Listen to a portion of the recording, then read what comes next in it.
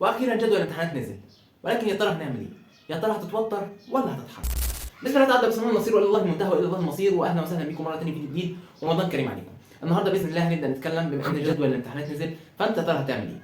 اول شيء انت المفروض تكون عارف ان جدول الامتحانات كده كده هينزل، وانت اصلا داخل ثانويه عامه وانت عارف ميعاد الامتحانات اللي هي بتكون في 15/6، فده شيء ما يجلجكش ولا شيء ياثر عليك، لانك انت اصلا من الاول داخل وعارف ميعاد الامتحانات.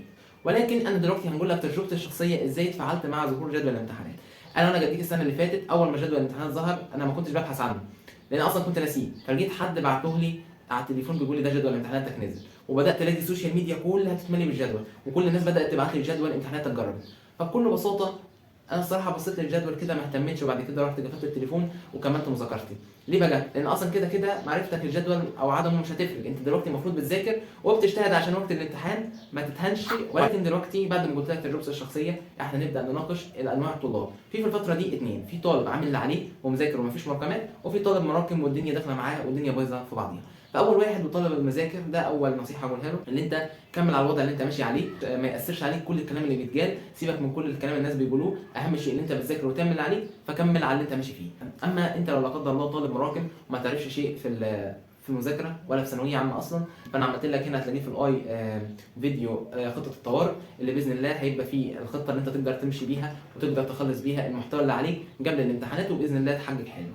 ولازم في الفتره اللي جايه هتبدا فعلا تكثف مذاكره، لان ده ما بقاش وقت لعب ولا وقت هزار، ده وقت انت المفروض فعلا تعمل اللي عليك، لان انت مفيش قدامك الا 3 اشهر، لو استغلتهم صح هيوفروا عليك كتير، لكن لا قدر الله لو ما استغلتهمش فانا احب اقول لك ان النتيجه هتكون مش لطيفه. ولسه قدامك وقت 3 اشهر دي تقدر تعمل فيها حاجات كتير، ولكن انت بس ما تستخسرش مجهودك وما تبخلش بمجهودك واعمل اللي عليك، لان في الاول وفي الاخر انت المستفيد في النهايه.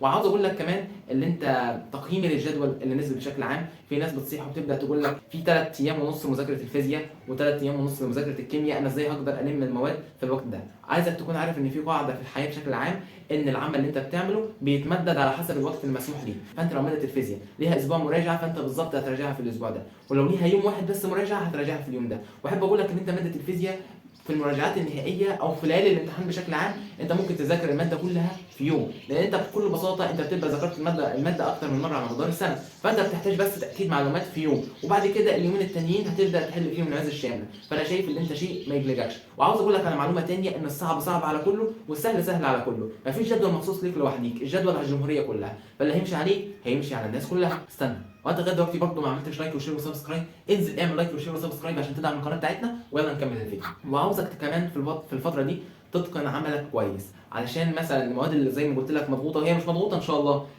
انت هتبقى محتاج كل لحظه في المراجعه، فانت المفروض من دلوقتي تبدا تتقن العمل بتاعك وتبدا تعمل كل اللي عليك عشان في المراجعات النهائيه ما تتعبش في الحاجات دي. انت دلوقتي بتاخد الحديثه وبتاخد العضويه، حاجات زي دي عليها درجات كتير في الامتحان، وكمان الاسئله بتاعتها بتبقى كتير، فانت المفروض تبدا تستغل اللي انت الفتره دي بتاخدهم وتهتم بيهم وتتقن مذاكرتهم علشان في المراجعه ما تتعبش فيهم. وعاوزك تفتكر دايما ان المده اللي قاعده على الامتحانات بتاعتك مده كافيه ان انت تلم اللي عليك، لو مراكم، لو في حاجه انت مش منظمها هتنظمها، لو في حاجه انت مش مأكد عليها تأكد عليها، ولكن انت اللي منتظر منك بس انك تسعى. وعاوزك كمان، في ناس بتبدا تفكر ان هي تاجل السنه او تكسر السنه او تاجل المواد، التفكير ده تفكير خطا خالص ومالوش لازمه، لان السنه دي كفايه الضغطه بتاعتها مره واحده بس، ما حدش مرتين هتبقى كتير الصراحه، وانت المفروض ما تضغطش نفسك اكتر من كده، هي خلاص هي اتعملت عشان تبقى سنه واحده بس، فانت تعملها اكتر من سنه ليه يا عم؟ انت ذاكر ولسه قدامك وقت، فما تسرفش في وقتك عشان انت محتاج لكل لحظه. وعاوزك دايما ان انت في شهر رمضان ادعي يا ربنا كتير، لان على فكره الدعاء فعلا يغير القدر، وانت لو استغلت اصلا انت في نهايه الشهر في 10 ايام اكيد في ليله منهم هتقبل فيها الدعاء وربنا يستجيب الدعاء في كل يوم، فانت احرص ان انت توجه دعائك لربنا باللي انت نفسك فيه عشان ربنا يحقق لك دعائك. وعاوزك في نهايه الفيديو تبقى عارف ان لا يأس مع الحياه ولا حياه مع اليأس. فبس وبكده نكون وصلنا لنهايه الفيديو، اتمنى لكم التوفيق، ربنا يكرمكم ويجبر بخاطركم ويرزقكم اللي بتتمنوه. لو عجبك الفيديو ما تنساش لايك وشير وسبسكرايب، اتمنى لكم التوفيق، السلام عليكم ورحمه الله وبركاته.